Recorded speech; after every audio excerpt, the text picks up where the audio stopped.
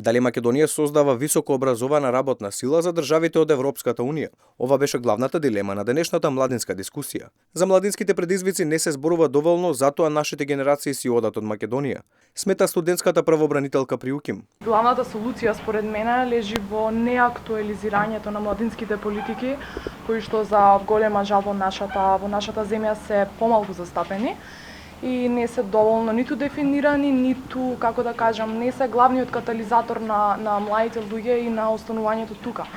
Сега јас се водам од личното убедување дека среќни може да бидеме секаде, се додека имаме чувство на придонес.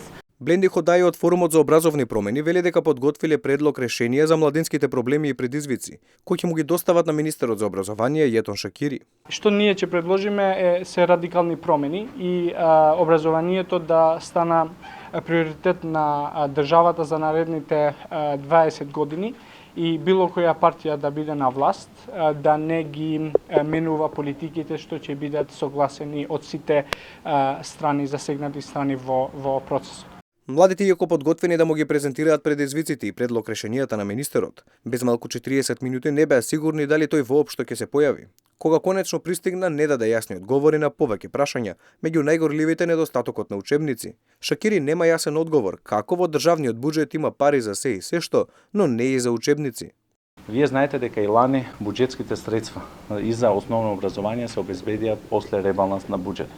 Ние моментално имаме обезбедени буџетски средства за основното образование, имаме обезбедени за дел во средното образование. Сега тие учебници кои се одобрени од Националната комисија, ќе се даде максимумот. Според податоците на Државниот завод за статистика, Македонија се соочува со сериозен демографски проблем, бидејќи ако во 2002-та 24% од населението биле млади, сега бројот се има драстично намалено и изнесува 18%.